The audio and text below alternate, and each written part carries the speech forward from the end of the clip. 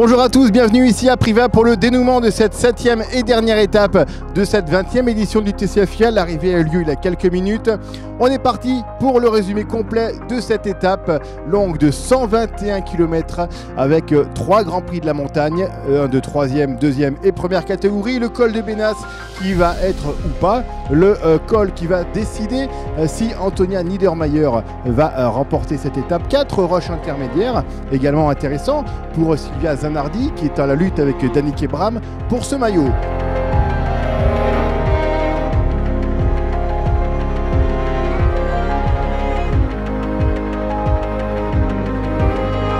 Le départ est donné à 13h55 ici à Vaisseau avec donc 70 concurrentes sur le départ. Rapidement, la montée commence avec Saint-Michel de Boulogne et c'est Coralie Demey qui passe en tête. Coralie Demey qui se rapproche petit à petit au classement général du Grand Prix de la montagne. La descente est profitable pour Greta Richou qui à ce moment-là place une attaque. Elle décide de partir. Elle est seule d'ailleurs puisque personne derrière n'arrive à suivre sa roue. On la retrouve donc en tête aux différents rushs intermédiaires puisqu'elle les passera tous en tête. Le deuxième Grand Prix de la montagne est également à mettre à son actif.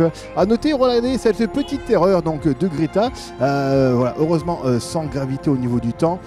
À l'issue donc de ce 4e et dernier rush à Lussas, c'est là que tout va se jouer. La montée du col de Bénas, 13 km de montée avec 500 mètres de dénivelé positif.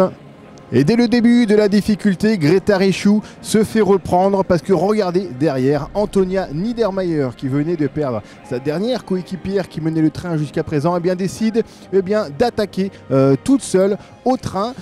C'est elle qui va emmener le groupe de leaders, c'est elle qui va égrener petit à petit l'ensemble des coéquipières qui composaient ce groupe maillot rose.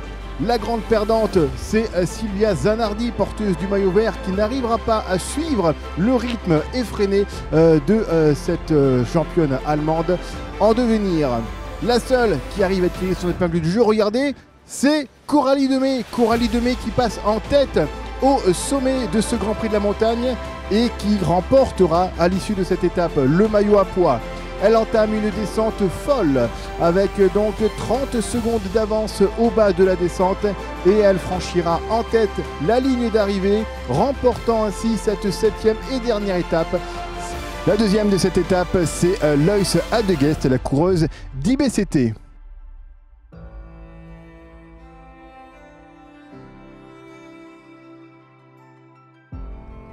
Le classement des rushs est remporté par Sylvia Zanardi. Il n'y avait plus beaucoup de suspense dès le premier rush. Le maillot à pois est remporté par Coralie Demey grâce à ses 2 victoires sur les Grands Prix de la montagne aujourd'hui. Est-ce qu'on t'a dit à un moment ou donné, si jamais tu passes en tête du col de Bénas, c'est toi qui as les poids ou tu t'en es pas du tout soucié? Si, depuis mon échappée avant-hier, j'avais repris des points pour la montagne, donc j'essayais de récupérer le maillot et je savais que j'avais plus qu'un point de retard avant le dernier col, c'est aussi pour ça que j'attaque et qui me fait aller à la gagne aussi, donc c'est vraiment cool parce que ça se trouve j'aurais pas osé attaquer ou quoi, donc je suis vraiment contente de ça. Le maillot vert était sur les épaules ce matin de Sylvia Zanardi et elle le conserve aujourd'hui. Vous étiez à 2 doigts du podium, vous lâchez dans la dernière montée, elle était trop dure. Sì, mi dispiace un po' di non essere riuscita a mantenere la terza posizione nella classifica generale, però sono contenta di aver vinto la maglia verde e la maglia viola. Voilà, elle est un peu déçue vraiment d'avoir lâché pour le classement général, mais elle est très contente d'avoir le maillot vert et le maillot violet. Au classement des jeunes, pas de changement non plus, c'est la vainqueur du maillot rose qui va remporter ce maillot blanc. Un petit coup d'œil du classement par équipe, c'est l'équipe Movistar qui remporte ce classement. Et enfin, le prix de la combativité est attribué à Greta Richou qui remporte au passage le prix de la super combativité. Ouais, c'était un peu loin.